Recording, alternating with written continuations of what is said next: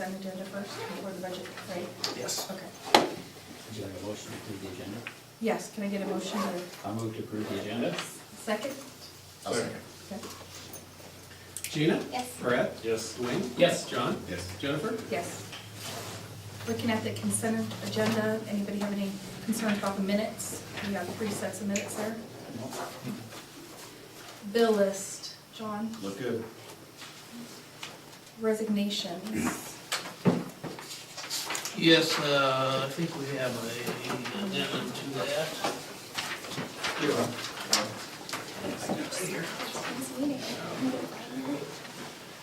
There are 2 resignations tonight.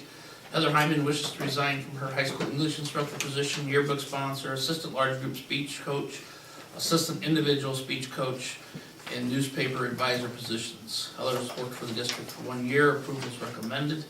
And then Todd Tigran wishes to resign from the middle school weight room supervisor position, which we probably will not fill. Are there any items to withdraw from the consent agenda? No. Field trips? There are 2, I thought we had 3, but the 2 that we have, Kelly Borchers requested permission for an overnight field trip for the participants of Hyperscreen competition to Ames on April 21st and return on April 22nd. Competition will take place in Hilton Coliseum, and Bill Polkins requesting permission for an overnight field trip for 2 participants from the speech and drama program and himself to travel to the individual events All-State Festival at UNI in Cedar Falls on March 26th and return to Carroll on Saturday. Any questions? Can we get a motion to approve the consent agenda? Move to approve the consent agenda. Second. Brad? Yes. Dwayne? Yes. John? Yes. Jennifer? Yes. Gina? Yes. Moving on to the budget work session.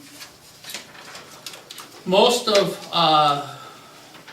this you have been through before, so I'll probably cover some of this relatively quickly unless you have some questions over it, and then certainly feel free to ask. You should have a budget notebook that either you picked up or was in front of your chair tonight, and so if you would, take out the stapled copy that should be in the front of that. And then behind that is the budget forms, and we may need to go back and forth, and so that's the only reason I have you pull that out at this time.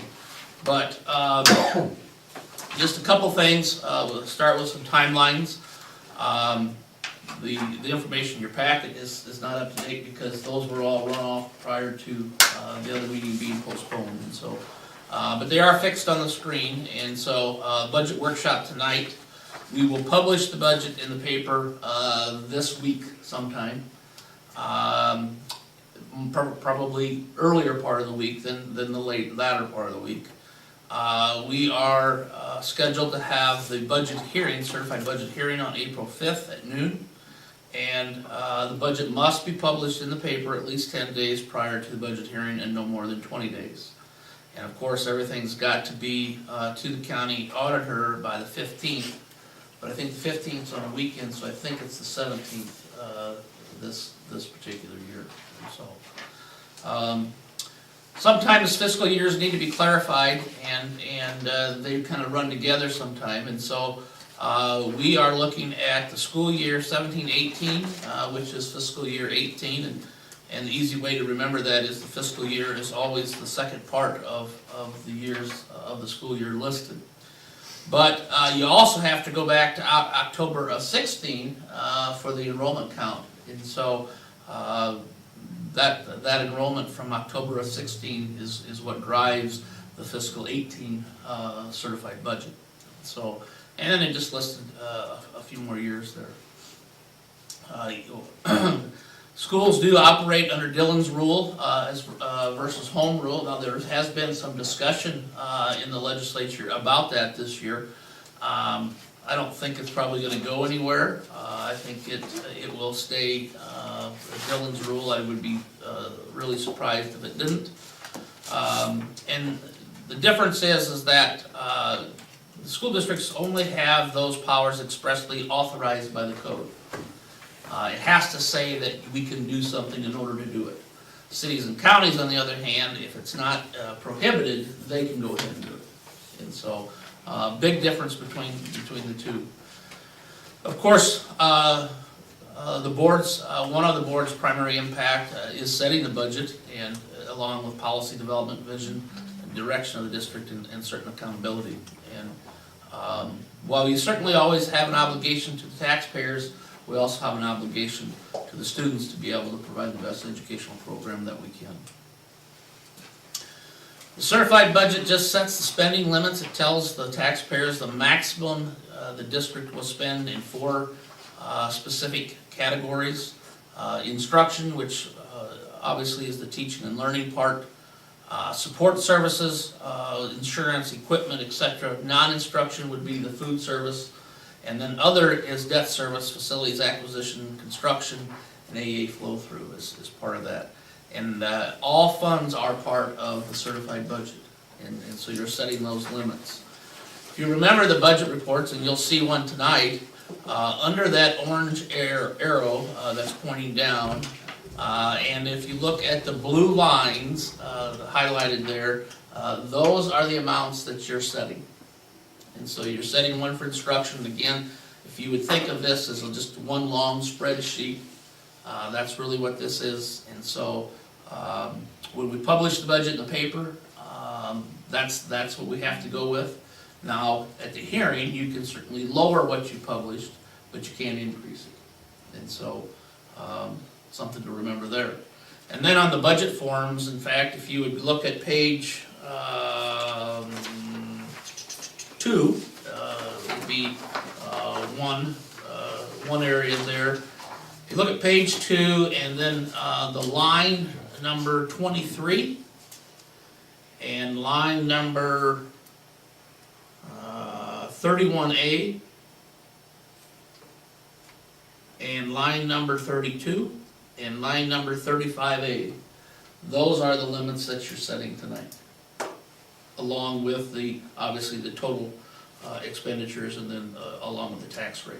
So, and that's where you find those on that particular page. Start with the end in mind. This budget is based on 1.11% of state supplemental aid that has been approved by the legislature and signed by the governor. It creates an overall tax rate of $10.37 rounded off. 50 cents per thousand of the property tax portion of the ISL, and 3% of the ISL from income surtax.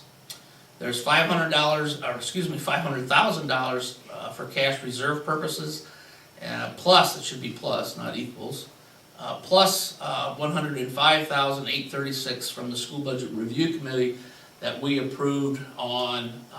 Most of that was open enrollment kids in the district this year that we're educating that we did not receive any money for a year ago. And so that's what that is for. $300,000 for the management levy. I would tell you that the $300,000 does not cover all of our expenses, but it certainly covers a majority share of it. But there's plenty of money in that particular fund, and in fact, we should spend that down a little bit. And so this will do that. $541 for the 33-cent board-approved physical plant and levy. The recently passed 67-cent voted approved levy generates $642,673. And then there's $287,992 for the at-risk dropout prevention. And so that's kind of a summary of it. Now we'll see where all of those dollars come from. Obviously, when we start talking about the certified budget, a couple things come to mind immediately, and one is the state cost per pupil. You can see there that 1.11% adds $73 per student to the cost per pupil this year. It's also the lowest amount that we've had since fiscal year 2012, when we didn't get any. And so that has probably been the biggest problem. Certainly the last, even at fiscal year 15, where it says 4% growth, there was actually only 2% growth per student. And 2% came in miscellaneous income as one-time money. And so that did not go on the per student amount. They took 2% that went on, because obviously if you get 4%, then you have that ongoing cost.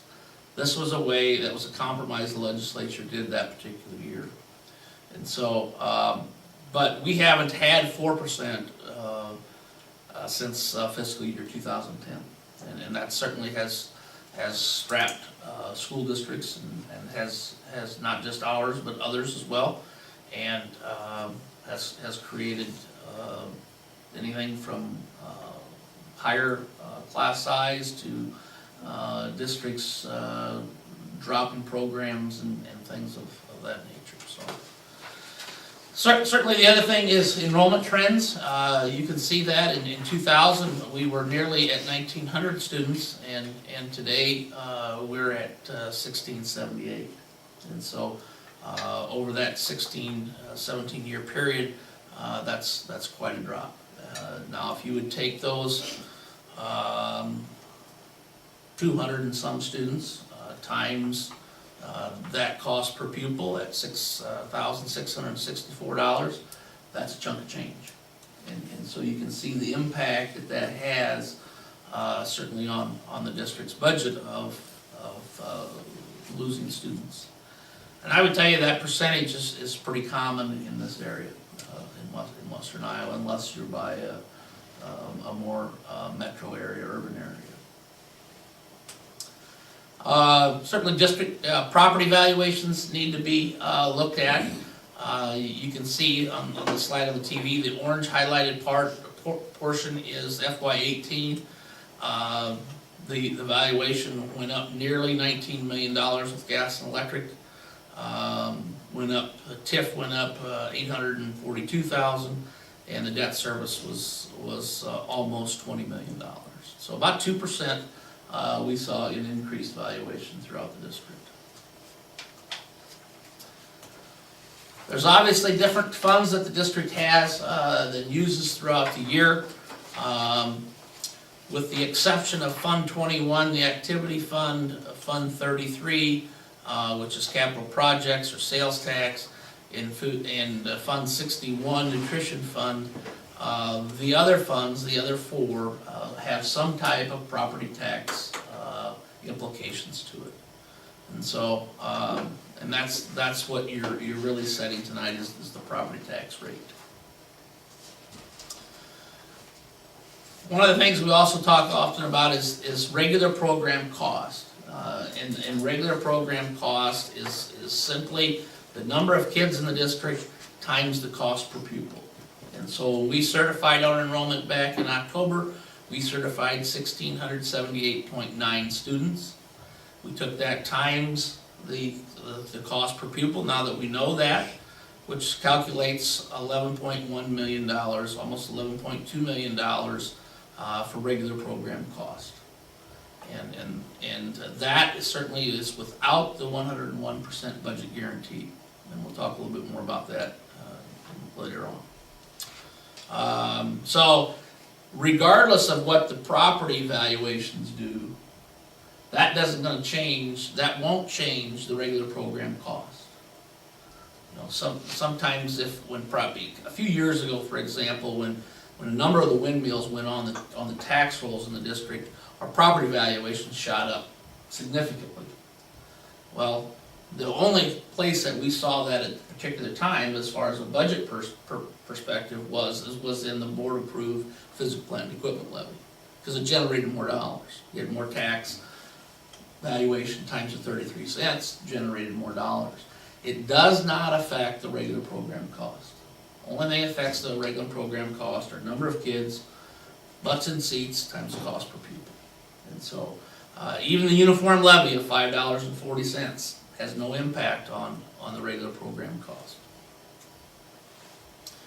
The Iowa school aid formula, many would tell you that it is probably the most equitable formula, funding formula in the nation. but yet there are significant inequities as part of the as part of the formula as well, and the cost per pupil, for example. And the legislature's working on that. It'll be interesting to see how that all settles after the revenue estimating conference came in last week and said they're $131 million short of their target. And so, but there is a plan over a 10-year period to straighten some of that out, both in transportation and in the cost per pupil. Some districts receive up to $175 more than what the state cost per pupil is. And so there's a plan that they're working on to try to improve that. I was real optimistic about that 2 weeks ago. I'm not as optimistic about that as right now. But, anyway, the foundation formula, it creates a maximum, or it creates a ceiling of what districts can raise and spend. And so many other states create a floor that you have to spend at least X. In Iowa is you can't spend any more than X.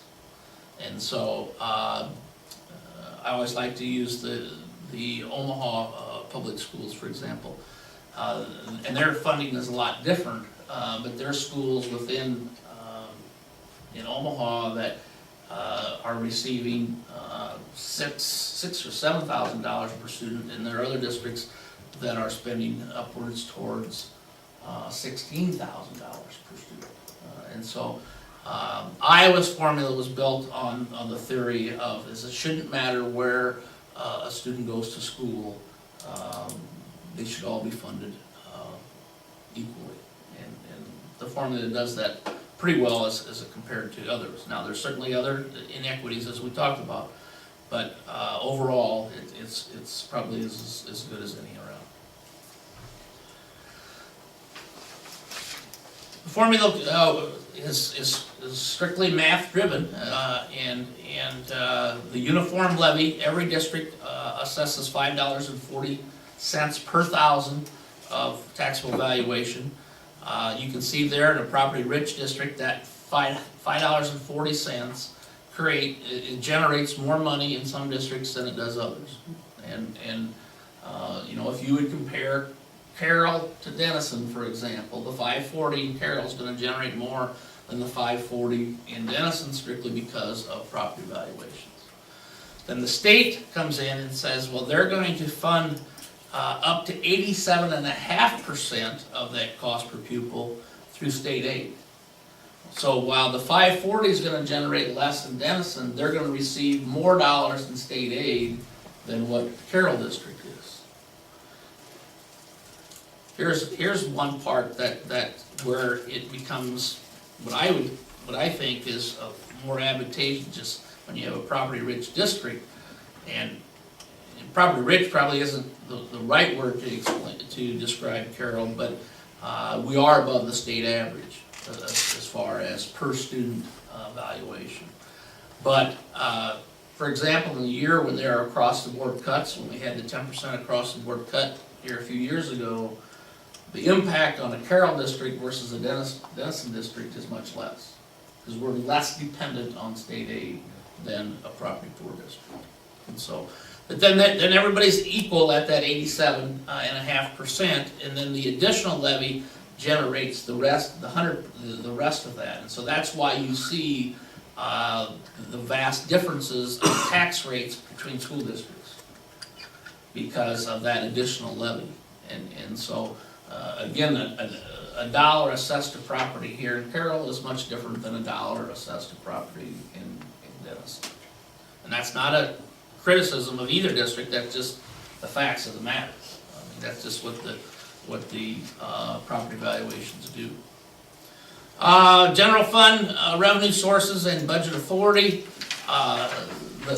The crux of the funding formula really is spending authority. That certainly is a major part of the funding formula. And it's the purpose of it. It limits the dollars school districts can spend. It sets those limits. Any unused authority carries over the next year, and we call that unspent budget authority. Again, that's a very important number, and you'll see that as we move on.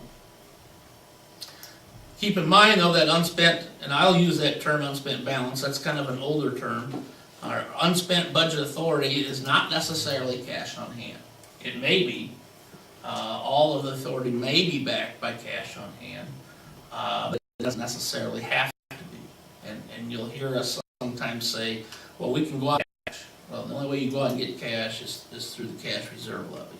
And again, that's 100% property tax. The thing you have to remember about cash reserve levy is it does not create any authority. It's strictly cash. And so,